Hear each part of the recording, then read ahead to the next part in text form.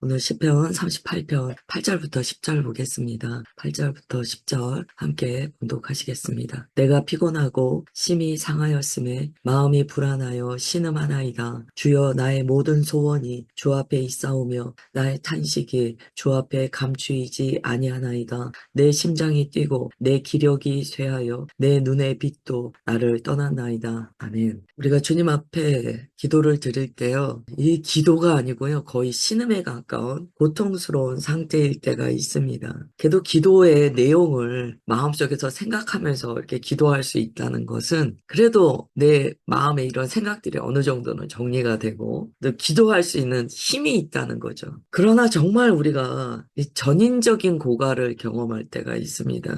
영혼의 상태뿐만이 아니고요. 나의 몸도 나의 감정도 다 고갈돼 버리는 거예요. 시인은요, 마음이 불안하여 제가 신음하고 있습니다. 라고 이야기하는데요. 이건 그냥 말문이 막힌 상태예요. 그래서 소리내어 하나님께 어떠한 내용의 기도를 드리기에는 그의 마음은 그 정도의 기력도 없는 상태인 거예요. 성경에서는 이러한 신음하는 상태를 어떻게 보는가? 긍정적으로 봅니다. 긍정적으로 봐요. 주님 앞에서 이러한 신음의 상태, 자신의 힘과 계획이 다 무너져 버린 상태, 이걸 주님께서는 긍정적이라고 말씀하세요. 우리가 팔복을 나눴습니다만 그것이 마음이 가난한 상태예요. 그 신음의 상태. 출애굽기 2장 24절 보면 출애굽 때요. 주님께서 이렇게 말씀하세요. 하나님이 그들의 신음소리를 들으시고 이렇게 말씀하세요. 노예 생활을 계속 하다 보니까 기력이 없어진 거예요. 영혼도, 몸도, 모든 감정의 상태도 다 고갈된 거예요. 노예 상태일 때 얼마나 힘들겠습니까? 자존감이라고 할 것도 없죠. 다 바닥이 나고 삶의 불안정함도 말할 것이 없죠. 내가 오늘 노예로 끌려나가서 무슨 일을 당할지 어떻게 합니까? 그 당시에 그 신전을 짓는데 동원된 사람들이요. 굉장히 많이 죽었다고 하잖아요. 이거는 그냥 전인적인 고갈 상태야. 이스라엘 사람들이 애굽의 노예 생활할 때 신음소리를 냈다는 거예요. 저들이 기도도 안 했는데 왜 주님께서는 신음소리를 들으셨다고 하지? 그렇게 생각되실 거예요. 그게 아닌 거예요. 성경에서의 신음소리는요, 나의 모든 것이 다 실패한 상태입니다. 그래서 절대자를 구하는 상태, 구원자를 구하는 상태예요. 또 성령께서도요, 로마서 8장 26절에 따르면 말할 수 없는 탄식으로 신이 기도하신다고 그래요. 이 말할 수 없는 탄식이 무엇인가요? 성령께서 마치 신음소리를 내시듯이 여러분 우리가 신음소리밖에 안 나오는 그 상태에서 성령께서 그 안에 담긴 기도를 해주신다는 거예요.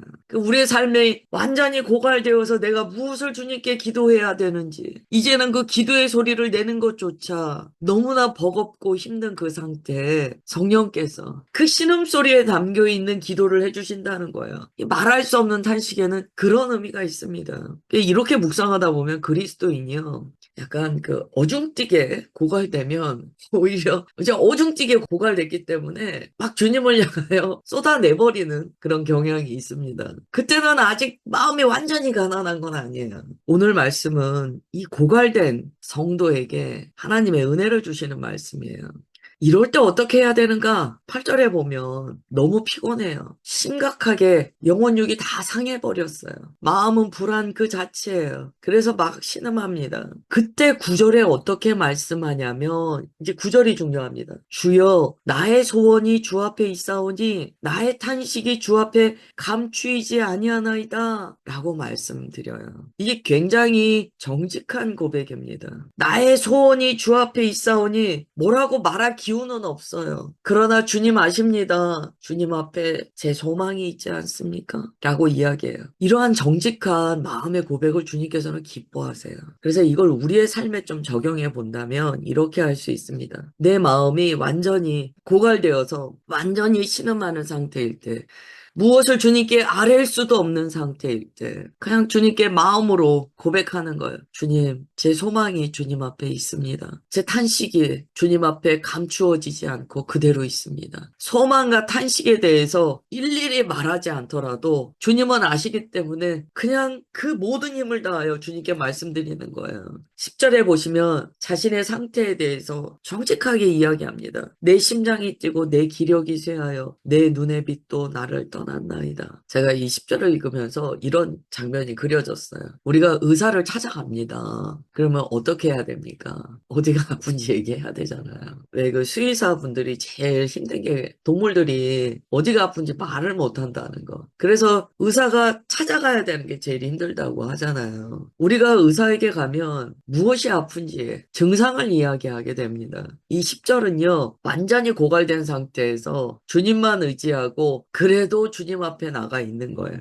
주님께 나의 증상을 이야기하는 거예요. 이 증상을 이야기하는 믿음이 우리에게 필요합니다. 우리는 증상을 얘기해야 돼요. 기도할 때 너무 이게 거룩하게 기도하다 보면 공예배의 기도가 아님에도 불구하고 하나님과의 1대1의 관계에서 자기 증상을 정확히 얘기 안 할 때가 많아요. 그 증상이라는 게 무엇입니까? 주님, 아시죠? 제가 잠도 못 잡니다. 제가 심장이 계속 뛰어요. 마음이 고통스럽고 제가 한 발 내디디면 낭떠러지에 떨어질 것 같아요. 이 증상이잖아요, 증상. 자기에게 지금 일어나고 있는 현상. 그걸 주님께 말씀드린다는 거예요. 9절에 보면 나의 탄식이 주 앞에 감추이지 아니하나이다. 제가 정직하게 말씀드립니다. 라고 하잖아요. 우리가 겪고 있는 이 여러 가지 증상들을 주님께 정직하게 말씀드리는 것을 주님께서는 기뻐하세요. 주님은 우리의 치료자 되시거든요. 우리가 주님 앞에 나와 마치 의사에게 자기 증상을 이야기하는 환자처럼 자신의 모든 것을 다 말씀드리는 것을 주님께서는 좋아하세요. 우리는 증상을 이야기하고요. 의사는 그 병을 찾습니다. 증상과 병은 다른 거예요. 그렇잖아요. 감기 증상인 것 같은데 나는 감기라고 이야기 안 하고 증상만 얘기하는 거잖아요. 의사가 얘기해 주는 거 이게 배의 문제인지 정말 무슨 바이러스의 문제인지 그건 의사가 찾는 거잖아요. 오늘 말씀의 포인트는 거기에 있습니다. 우리는 내게 일어나고 있는 많은 증상들을 그냥 주님 앞에 솔직하게 감추지 않고 다 말씀드리는 거예요. 그러면 주님께서 무슨 병인지를 가르쳐 주세요. 그리고 그 병은 누가 고치십니까? 주님께서 고치세요. 이걸 복음 안에서 우리가 한번 보면은요. 예수님께서 겟세마네에서 기도하실 때요. 이렇게 말씀하세요. 제가 심히 고민하여 죽게 되었습니다. 라고 말씀하세요. 또한 큰 소리와 눈물로 기도하세요. 여기에서 우리는 아버지를 대하는 자녀의 모습을 보게 됩니다.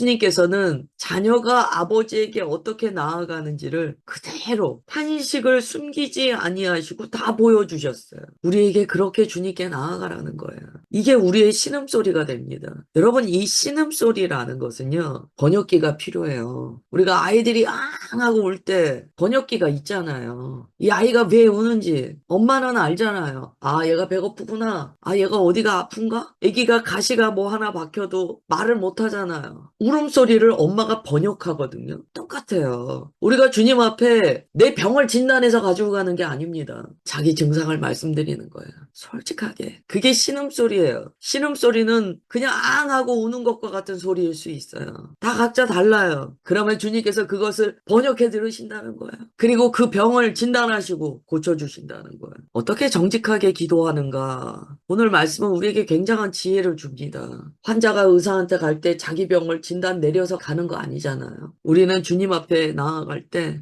나의 모든 삶에, 내 마음에, 내 영혼육 가운데 일어나고 있는 그 견딜 수 없는 증상들을 그냥 말씀드리는 거예요. 그러면 주님께서 치료하십니다. 이런 일 정말 기도하다 보면 많이 경험해요. 때로는요, 기도할 때 사람이 아파도 아픈 줄 모르고 있는 경우가 있거든요. 심지어는요, 기도할 때 감춰져 있던 증상이 나타날 때가 있습니다. 그래서 막 기도를 하는데 나 그렇게 아픈 줄 몰랐는데 갑자기 마음이 막 찢어지는 것처럼 아픈 거예요. 통증이 오는 거예요. 기도하는데 말할 수 없는 눈물이 나오는 거야. 그건 내 안에 내가 그 증상조차 감각하지 못하는 그 굳어진 영역이 있다는 거예요. 그걸 주님께서 터뜨리세요. 막 증상이 나옵니다. 그 증상을 들고 우리의 영원한 치료자 되신 주님 앞에 나아가게 되는 거예요.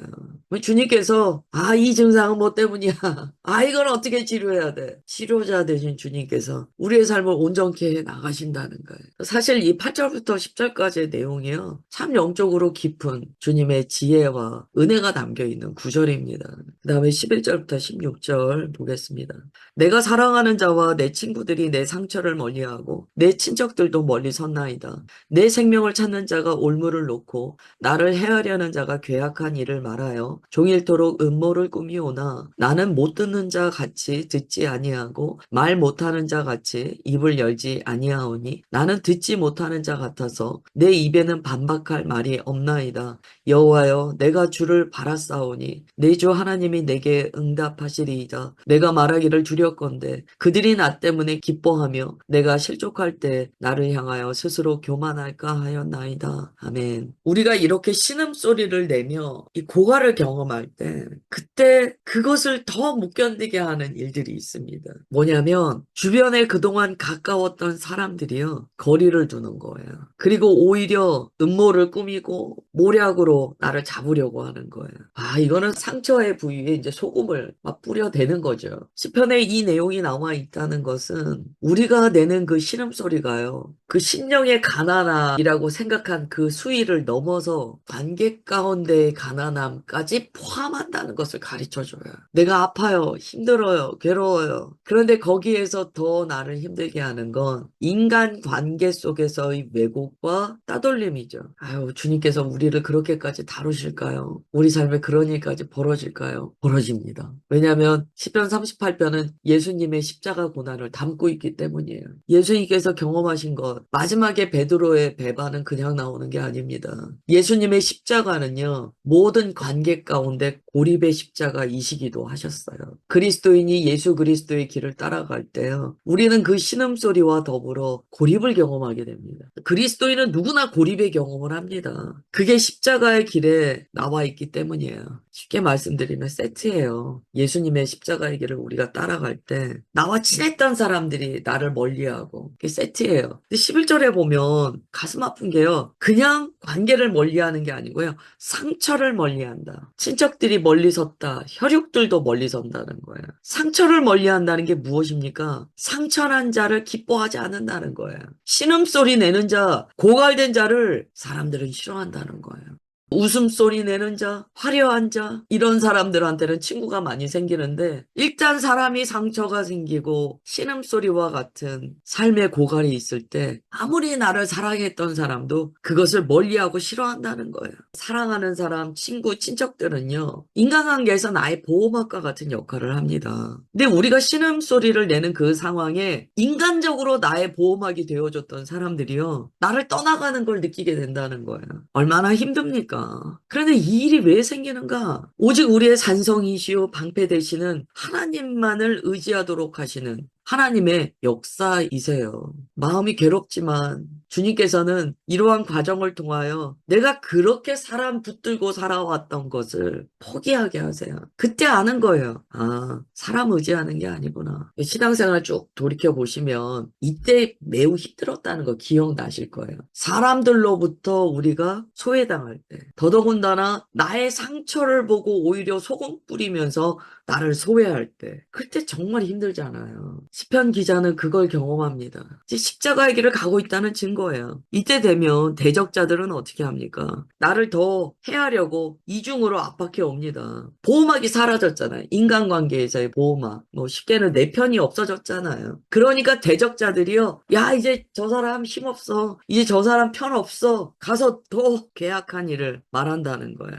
이 정도 되면은요, 사람이 할 말이 없어져요. 내 말을 들어줄 사람이 없기 때문이에요. 13절에 그래서 못 듣는 자 같이 듣지 아니하고 말 못하는 자 같이 입을 열지 않는 거예요. 14절에 내가 듣지 못하는 자 같아서 내 입에 반박할 말이 없다는 거예요. 누구를 대하여 하소연할 수 있는 대상도 없는 거예요. 그게 신음소리입니다. 그러니까 15절이 나오는 거예요. 여호와여 내가 주를 바라싸오니 인생 믿을 거 하나도 없구나라는 거 이제 뼈저리게 느끼면서 주님께만 나가는 거예요. 여러분 우리가 여기저기 전화해서 하소연하고 내 편을 만들고 그걸 이제 심리학에서 삼각관계, 삼자화 이런 단어를 씁니다. 요 말씀만 드릴게요. 이 뭐 삼각관계 이게 무슨 의미냐면 갈등 상황이 있을 때 누군가 제3자를 끌어들여서 여론을 형성하려고 하는 것을 삼각관계를 만들어 나아간다고 그래요.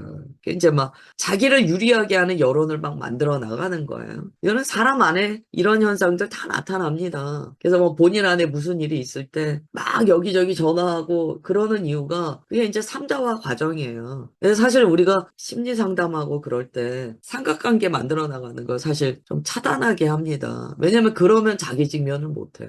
자기 직면이 안 되는 거예요. 사람들이 하는 위로가 어떤 의미에서는 본인의 생각을 계속 정당화시키거든요. 사람은 다 비슷비슷하잖아요. 막 이렇게 지금 고통스러워하는 사람에게 어떻게 직면하도록 이야기합니까? 그러면 관계가 뚝 끊어지는데. 그래서 이 삼각관계, 이 삼자화가 일어나면은요, 공동체에서 분열이 생기기 시작합니다. 여론이 형성되기 때문에. 그 거꾸로 얘기하면 여론 형성하면서 막 나아가는 것은 그게 진실이냐라고 볼 수는 없는 거예요. 벌써 그러한 방식을 취했다는 것은 진실과 무관한 자기 편 만들기에 돌입했다는 거예요. 성화의 과정에서 보면 인간이 가지고 있는 죄성이죠. 그래서 주님께서는 이렇게 삼각관계를 만들어 나가는 이 삼자화 시켜 나아가는 걸 아예 차단해 버리세요. 그래야지 자기를 직면하고 주님 앞에 나오거든요. 다 주님께서는 생각이 있으세요.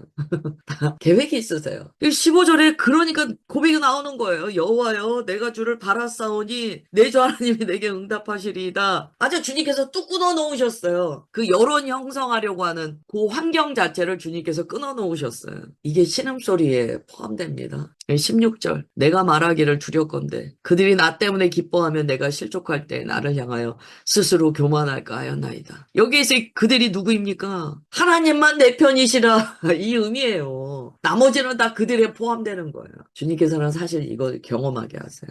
신앙생활 하시면서 주님만이 내 편이시라의 그 고백은요. 우리가 성화의 과정에서 다 거쳐야 될 관문입니다. 그 관문을 거쳐 나아갈 때 비로소 사람 의지하지 않는 거예요. 오늘 여기까지 보겠습니다. 기도하겠습니다. 하나님 아버지 신앙 안에서의 신음소리의 경험이 아프고 고통스럽지만 그것을 통하여 주님만 붙들고 나아가게 되는 것을 오늘 말씀을 통하여 또한 확증받습니다. 주님 주의 자녀들 주님께서 인도하시는 이 길 한 발 한 발 순종하고 예수 그리스도의 승리로 나아가게 하옵소서. 주님께서는 우리를 살리시는 것이 목적이시오며 우리를 치료하시는 것이 은혜인 것을 믿습니다. 우리의 모든 삶의 증상을 들고 주님 앞에 나아갈 때 주님께서는 우리의 그 병을 진단하시고 고쳐주시는 능력의 하나님 아버지이심을 고백하오니 오늘 이 아침에 주님의 말씀을 받으며 삶의 고립과 외로움 속에서 오직 신음소리로 주님 앞에 나아가는 백성들 주님 축복하여 주옵소서. 은혜 위에 은혜를 더하시고 생명의 능력을 더하여 주옵소서. 주님 그렇게 역사하여 주심을 믿사오며 사랑하는 주 예수 그리스도의 이름으로 기도드리옵나이다. 아멘.